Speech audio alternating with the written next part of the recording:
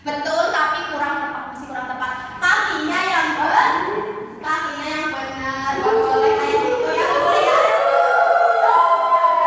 Diam, gak apa-apa.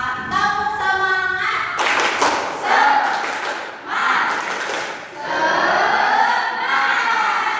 Ya, jadi ibu akan menjelaskan sedikit apa itu nabi. Nabi itu merupakan seseorang yang diutus langsung oleh Allah dan mendapatkan wahyu, dan dia diwajibkan untuk atau diharuskan untuk menyebarkannya kepada umat Islam. Umatnya. Terus anak-anak di sini tahu nggak nabi itu ada berapa yang wajib kita ketahui? Berapa yang bareng-bareng? 25 nabi. Dan yang ke-25 ini namanya adalah Nabi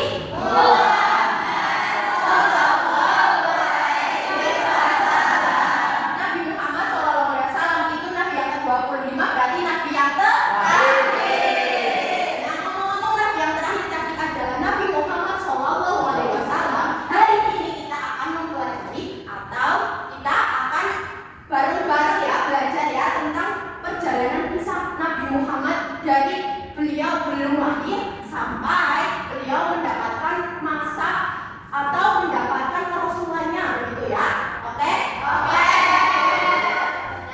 Nah, kisah ini itu berawal dari pendeta yang bukan pendeta ya, tetapi tokoh Quraisy yang terkenal akan kewibawaannya, yaitu Abdul Muthalib. Siapa?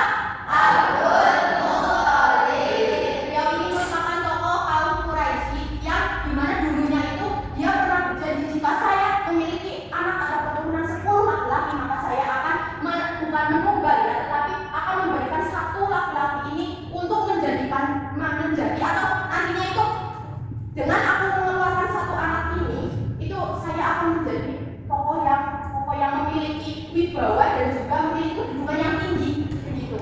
Siapa?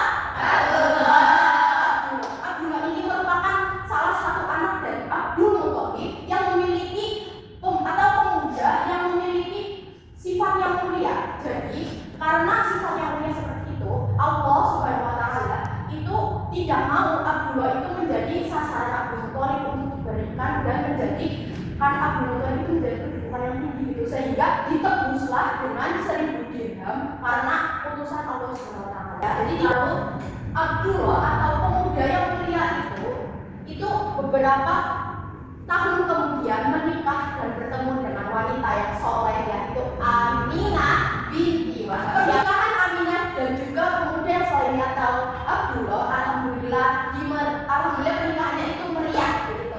Dan beberapa bulan atau tepatnya 2 bulan setelah pernikahan daripada Abdullah dan Aminah, itu Abdullah akan melakukan perdagangan atau melakukan perjalanan ke Syam, ya, melakukan perjalanan ke Syam, dan itu merupakan seperti perintah dari Allah untuk melakukan perjalanan tersebut. Sehingga Abdullah secara terpaksa juga harus meninggalkan siapa tadi istrinya? Aminah.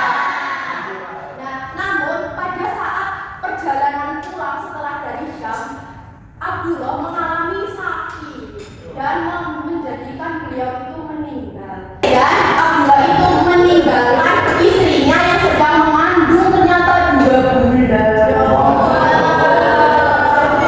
Aminah pun merasa hancur rasanya, ya. Gimana gak hancur seorang istri itu ditinggalkan sama suaminya dalam keadaan mengandung. Tetapi saat Aminah itu merasa sadar, oh ya, saya itu memiliki anak yang akan saya lahirkan nanti, jadi beliau itu harus kuat, harus tegar walaupun ditinggalkan oleh suaminya. Dan beberapa bulan kemudian Aminah itu masih mengandung sampailah 9 bulan atau dari 8 sampai 9 bulan. Jadi Aminah itu berada